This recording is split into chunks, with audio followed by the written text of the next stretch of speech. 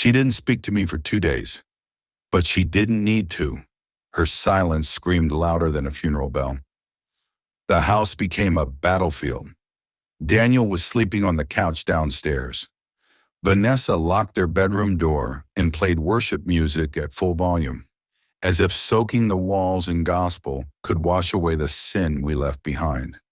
I kept to myself, cleaned when no one was watching, ate only when I was starving, and stayed in my small box room with one hand resting on my belly at all times.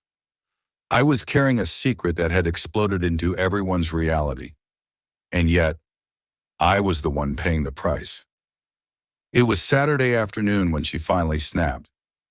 I had just finished boiling rice when I turned and found her standing in the doorway, arms crossed, face carved in fury. "Are you proud of yourself?" she asked. I froze.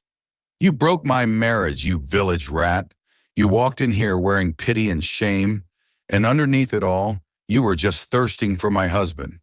"Ma, please!" She slapped me. Hard. My ears rang. My legs wobbled. "Don't mom me, you pathetic little thief." She lunged forward, yanked my hair, and pushed me into the wall. Plates fell. My elbows scraped the counter. I clutched my belly instinctively, the fear of miscarriage flashing through my brain like lightning. "Stop! Stop!" Daniel yelled, rushing in. He pulled her away from me, holding her arms behind her back as she screamed like a madwoman. "She's pregnant, Vanessa!" he shouted. "Nico, are you trying to kill the baby?" "Kill it?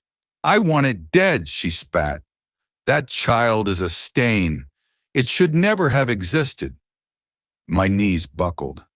I couldn't breathe. My baby, this innocent child. She wanted it dead? I crawled toward the corner, hands shaking, heart pounding. I didn't know whether to cry or vomit. Daniel held her tightly. "Leave now," he growled. "This is my house," she snapped. "She's the one who should leave." "Not anymore," he said, voice like ice. "She's carrying my child. She stays. If you can't handle that, then you leave."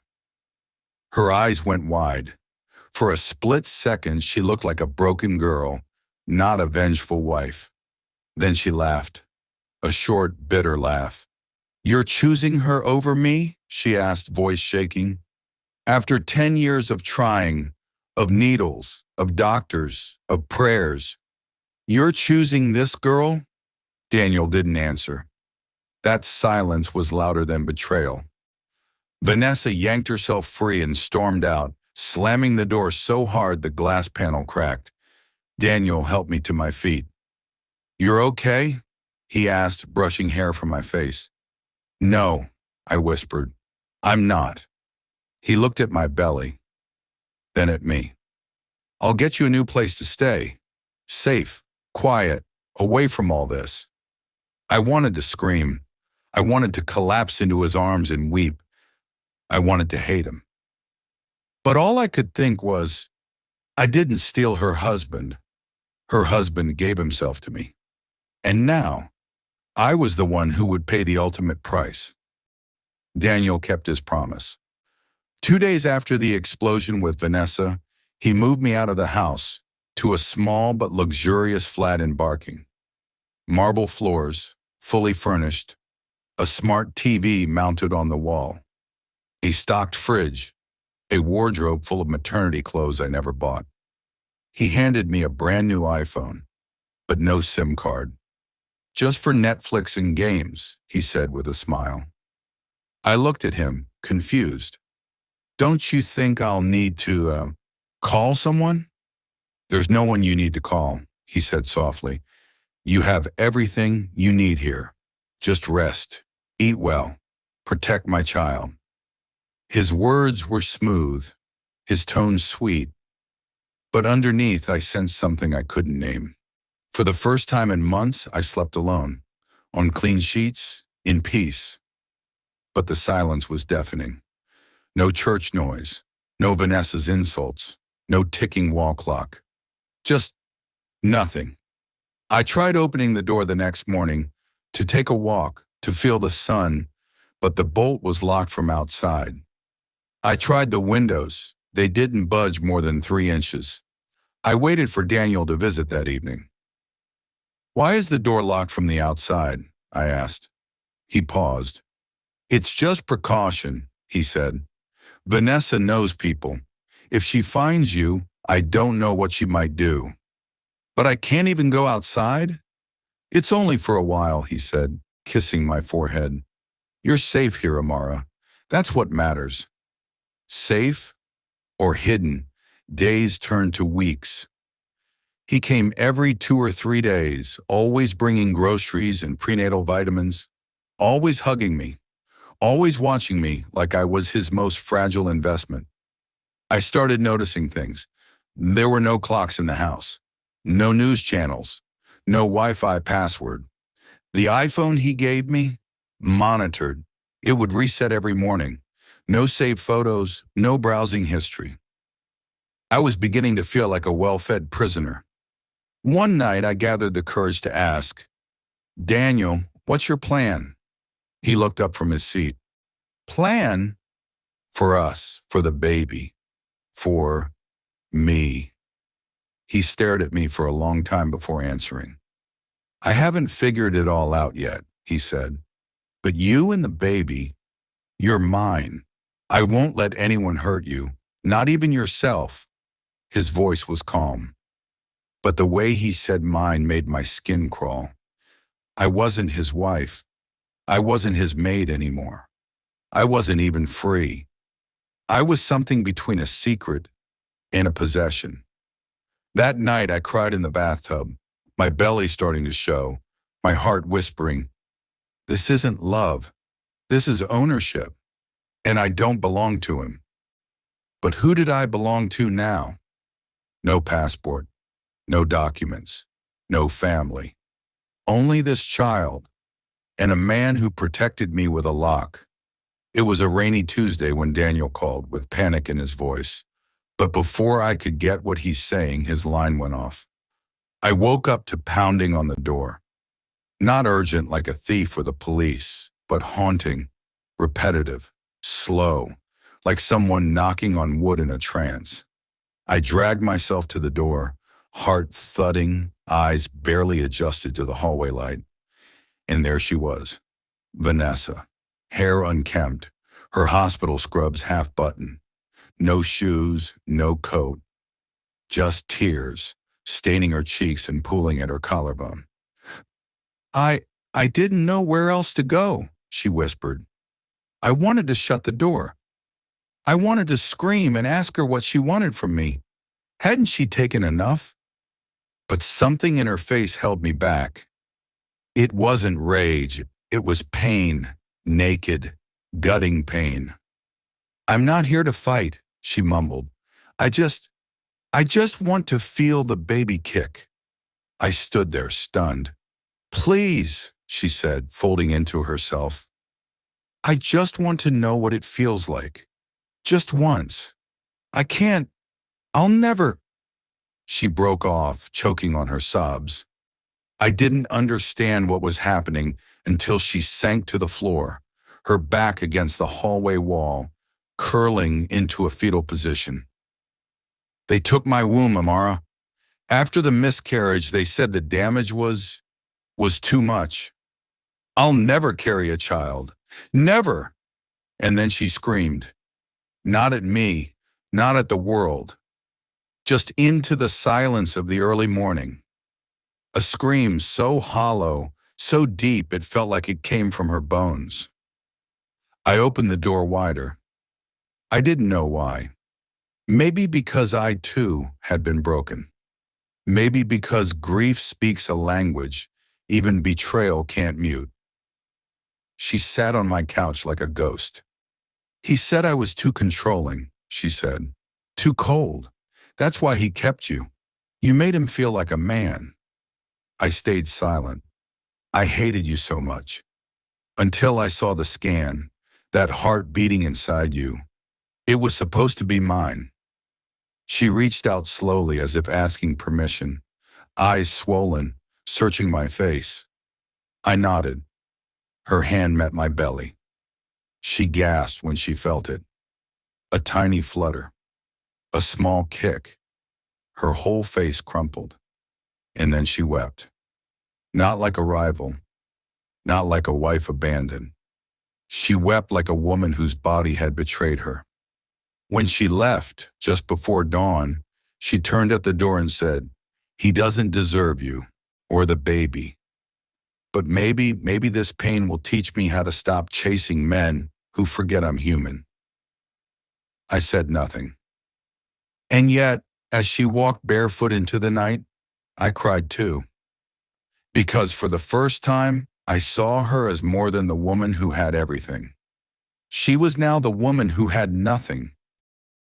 It started with a sharp cramp around 2:47 a.m., then a gush, then panic.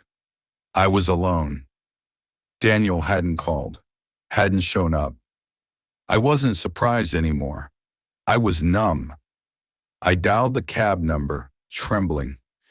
Each contraction felt like my body was breaking apart in slow motion. As I stumbled out of the house, my hospital bag slung weakly over my shoulder. A car pulled up. Not the cab. Vanessa. She jumped out and ran to me, barefoot again. "I was on my way home from night shift," she said breathlessly. "Saw your light on. Something told me." Before I could argue, scream, or ask why, another contraction hit. And she held me, just held me. The hospital was white, too white, cold. The pain was surreal, like fire blooming through my spine. I screamed, I cursed, I cried. But she stayed. Vanessa. She wiped my sweat, held my hand, whispered things I can't even remember. "The nurses thought we were sisters. If only they knew." "You're not alone, Amara," she said, gripping my hand through the final push.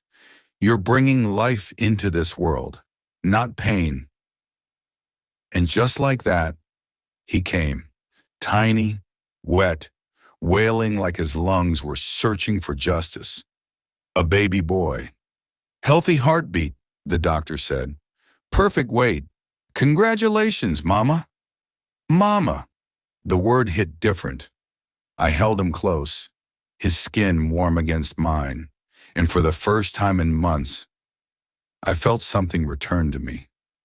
Not joy, not peace, but purpose. Later that night, after the nurses had left and the baby lay asleep beside me, Vanessa came to the edge of the bed. Her eyes were red. She didn't ask to carry him. She didn't need to. She simply leaned in and whispered, "He looks like my Daniel." There was no jealousy in her tone, only a broken kind of knowing. "I hate him for what he did to us," she whispered. "But I pray you never let that hate raise this child." I didn't respond. I couldn't. Because in that moment, I realized this wasn't Daniel's baby anymore. This was mine. Born from betrayal, raised by truth. Daniel showed up 2 days later, with flowers, with a sheepish smile, with lies wrapped in perfume and entitlement. "I've been thinking," he said, placing his hand on the baby's carrier. "He needs a father figure. I want to be involved." I didn't speak. Not yet. I just stared at him. This man who had shattered 2 women with one set of vows. "Vanessa's not leaving me," he added, "but I'll make sure you're both comfortable. Child support, school fees, you don't have to worry." I laughed. That bitter kind of laugh that tastes like rust in your mouth. "Comfortable?" I asked. "Daniel, I bled alone. I pushed alone. I almost died bringing your child into this world." He winced, like truth burned his ears. "I'm sorry, Amara. You knew what this was. We never planned this pregnancy." That was the moment. The one they never warned me about when I was sneaking through back doors, dressing up for midnight visits, and deleting my conscience in the name of love. Because here's the thing. No one tells you the side chick becomes the single mother. Alone, shamed, forgotten. I named my son Zion because it meant fortress. And that's what I had to become. A fortress for a child born of lust, but raised with love. Daniel tried. He brought diapers. He smiled for pictures. He even called once in a while. But I saw it, that detachment, that silent wish that I would disappear with the child and he could return to his normal life with Vanessa. And Vanessa? She sent a gift once, a tiny blue sweater with a note that read, "This isn't the child's fault. Be better than we were." It broke me. Because even in her pain, she had more empathy than the man who caused the war between us. I stood one day in front of the mirror holding Zion against my chest, his eyes wide, his breath soft, and I whispered, "I was a chapter in your father's story, but you're the beginning of mine. No more waiting for calls. No more daydreaming about happy endings with broken men. No more. Because this wasn't about stolen love anymore. It was about earned strength. And the woman I was becoming was nothing like the girl who once thought love meant stealing someone else's." The day I got my residency papers, I didn't cry. I just sat on the cold kitchen floor with Zion in his high chair chewing on a biscuit and stared at the letter. Approved. It felt like a resurrection. Not from death, but from shame. From being the other woman, the single mother, the forgotten lover, to simply being Amara, a mother, a woman, a legal migrant. I started with what I knew, cleaning. A local school needed someone for after-hours janitorial work. I took it. Every mop swipe, every scrubbed toilet reminded me. I was cleaning more than floors. I was cleansing my past. Zion would sleep in a makeshift cot at the back of the admin office while I worked. Some nights I caught the school principal watching me, not with pity, but with respect. "You're always here, always on time. Ever thought of applying to our evening program?" And just like that, I did. Night classes. GED, basic accounting. Me, the girl who used to be a maid for Vanessa, was now solving equations and submitting essays. Vanessa and I never spoke again. But once I saw her at the supermarket. She looked thinner, tired. Her cart was filled with wine and silence. We locked eyes for 2 seconds. She nodded. I nodded back. It was quiet. But somehow it was closure.